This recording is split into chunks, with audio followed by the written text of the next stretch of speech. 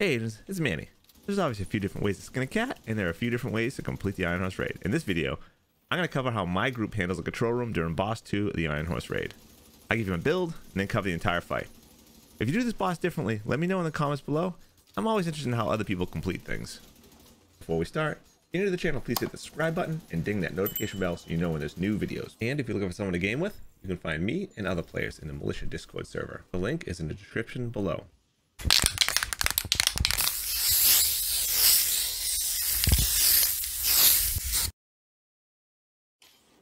Alright, for the build. And I'm not going to tell you this most optimal build, and I'll explain why in a minute. But first off, our weapons, we're going to go with Sweet Dreams as our primary. And then we're going to have, I have a P416, which, you know, to help out with the chunguses on the top floors. Pistol doesn't matter. Now, I am going with 4-piece Future Initiative. I don't know if you necessarily need this much healing. You might get away with actually not having much healing at all, because you'll see what happens at the end. Now, I'm going with 4-piece. This just happened to be the healing build I had together. I already had. Didn't do much modding with it, so we'll look at it quickly. We have Repair Skill with a Skill Haste mod. Backpack, the chest with a Repair and a Skill Haste mod. Holster with Skill Haste. Backpack, I'm actually running this with Skill Repair and a Headshot damage mod. I did this because I was doing a 2-man discovery raid for Iron Horse. We were just messing around, so I was trying to get more damage. So I just left it in there. And then BTSU gloves have Skill Haste, Skill Repair. Now we're not using this because we're not actually using a hive. So these could be transferred out for something else that will give you more benefit. But like I said, I just didn't feel like dealing with it at the time. And then Box Prayers. These help you do a little more damage. You get weapon damage out of cover, and then headshot damage. Now for our skills, we're actually going with the Assault Turret. We have a tier 6, and then we're going with the actual Fixer Drone as well. Now, as you can see, we are technicians, so that's where we can get away with having one of these as a red to help us do a little more damage. And it also has increased healing, 10% increase to healing. So that's the build we have right now. We'll show you why we have these skills and the actual Sweet Dreams. All right, guys, so we're in the control room, and we're going to start this up by actually opening the A door. Now, the tank's going to go in and out of the A door. That's what we've worked out ahead of time. Once that's done, I want to go over here and make sure I set my turret up on this box here, because we're going to be responsible for this door right here. By this time, the first code should be up. And you can tell the code is up now because the display has all 6 codes up there. At this point, the tank should be actually telling you what code it is. They're going to read off a single character code. They'll say F for the top left one, P for the top middle, C for the top right, R for the bottom left, M for the bottom middle, and numbers for the bottom right. So let's go over how to quickly read these codes. Once you locate the code, you'll need to verbally explain it. First thing, are there 1 or 2 cups? Then you'll need to know if it is a cracked cup, full, or is it empty?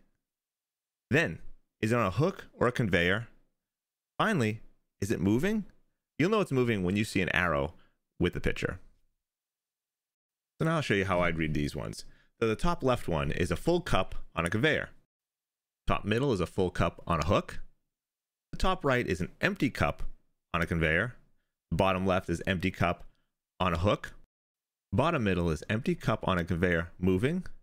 And the bottom right is empty cup on a hook moving. Now that we know how to read it, let's get back to the actual boss fight.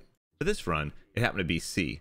So what I yelled out on Discord was 2 cups on a conveyor. And you can tell they did it right downstairs is because this one lit up and it didn't all turn red. Now you have to read actually 5 of these codes. So what the first one does, it actually gets the boss coming out.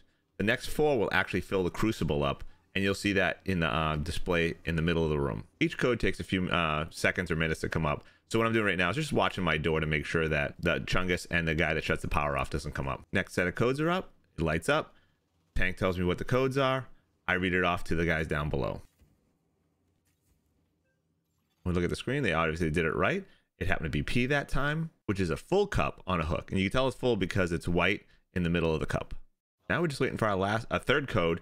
On the third code, after the third code, we're going to have the tank run out of the room so that he can cool off. And in the meantime, I'm keeping an eye on that left door there. As I'm waiting, I keep my Sweet Dreams out because in this case, where we have this guy's going to shut our power off, we want to hit him with the Sweet Dreams, melee him, and get out of the room.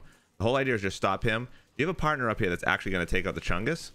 You can help out with the AR. But for the most part, just make sure you get that power guy so he doesn't shut the power off. That's the most important thing for you to do. And as we were doing that, our third code came up, which happened to be P again. This time it was a full cup on a conveyor. So that's what I told the guys downstairs. And as you can see, they hit the right one, and now the crucible is 50% full, which means that we did 3 codes already. 1 to get the boss, 2 to get that crucible half filled. Now at this point, I have to go open a door up to let the tank out on the A side so he can actually cool off. Now I was a little slow on opening the door because at this point, by the time you do 3 codes, the boss is going to do his wipe mechanic inside the furnace. I didn't open the door quick enough and my tank died, but he was smart. He died next to the door, so we shut the door, and one of the guys on the left hand side will go rev him through the door, revive him through the door. And while this happening, the 4th code popped up. Now the tank actually reads it to me. Even dead, he can read me the code. That's really his only job anyway. Now the code for this one actually happens to be M, which is 2 empty cups on a hook. So now we're waiting for one more code because you can see the crucible is actually 75% full. Now since I got the tank killed, what we have to do is actually I have to hold open a door again because the tank has to go in and get his RPGs. Typically he'll bring those back in when he's actually coming in after cooling down. So since we didn't do that, since I got him killed, he was cooled down anyway because when you die, you lose all your stacks. He brings in the RPGs for when the train does its raid-wide wipe mechanic. Now we're still waiting for that last code, and the code is up. Now here's an example of how long things take. So the tank has to read the code from a ticker tape downstairs above the B door. And if you want to see what he's seeing, I actually have a tank video in I'll put in the description below, and you also link it to the top right corner here. But in the meantime, I'm going to take care of another guy, a shotgunner, that's going to turn off our power. So melee him with the sweet dreams. We help with the chungus, shoot the backpacks, but don't get anybody killed like that. And we're still waiting for that last code to be actually hit.